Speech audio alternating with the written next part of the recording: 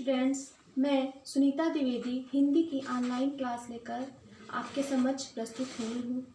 आज हम कक्षा 8 बसंत भाग 3 ध्वनि कविता के बारे में पढ़ेंगे, जिसके कवि सूर्यकांत त्रिपाठी निराला जी हैं। सबसे पहले हम ध्वनि कविता का सार जानेंगे। इस कविता में कवि ने प्रकृति के प्रति मानवीय संवेदना को दर्शाया है। संवेदना अर्थात भावनाओं को दर्शाया है। इस कविता में प्रकृति का मनोहारी चित्रण है। मनोहारी चित्रण अर्थात हमारे सामने दृश्य उभर कर सामने आ जाता है। भाषा सरल और भावपूर्ण है।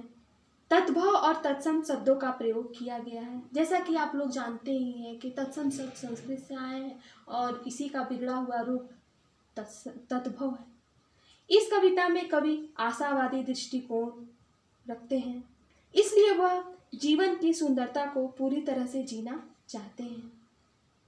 जैसा कि हमने कविता के सार में जाना कि कवि प्रकृति के चित्रण के माध्यम से दर्शाना चाहते हैं कि जो नई पीढ़ी है वो अपने आलस्य को छोड़कर जीवन का आनंद ले।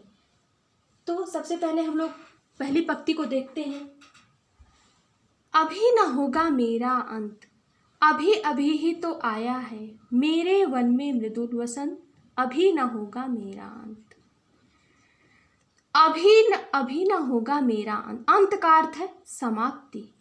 अब कवि कहते हैं कि अभी मेरी समाप्ति, मेरा अंत नहीं होगा। अभी अभी तो आया है, अभी अभी तो मैं आया हूँ, अभी मैं ठहरूंगा, रुकूंगा।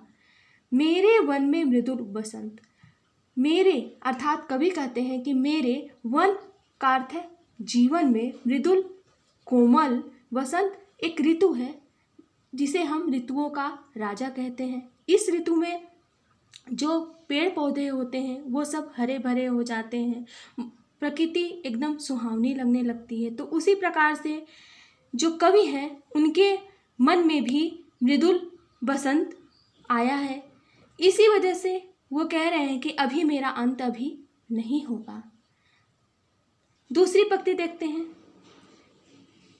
कवि कहते हैं कि हरे हरे ये पात, ये जो हरे हरे जो नए नए जो पत्ते हैं, जो जब बसंत ऋतु आती है तो जो नई नई पत्तियां, पंखुड़ियां, डालियां, कोमल जो उनका जो शरीर है वो आते हैं, निकलने लगते हैं।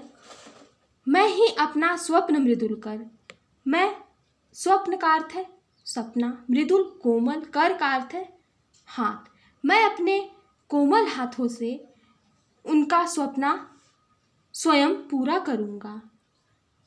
फेरूंगा निद्रित कलियों पर, और निद्रित जो अधखुली हुई जो सोई हुई कलियां हैं, इसका अर्थ नवयुवक पीढ़ी से लगाया गया है कि जो नवयुवक पीढ़ी जो सोई हुई हैं उनको, उनके लिए जगह एक प्रत्युष मनोहर, उनका प्रत्युष का अर्थ है सवेरा, मनोहर सुंदर, उनके लिए एक नया सवेरा ले आऊँगा जिससे कि वो अपने लक्ष्य की प्राप्ति कर सकें।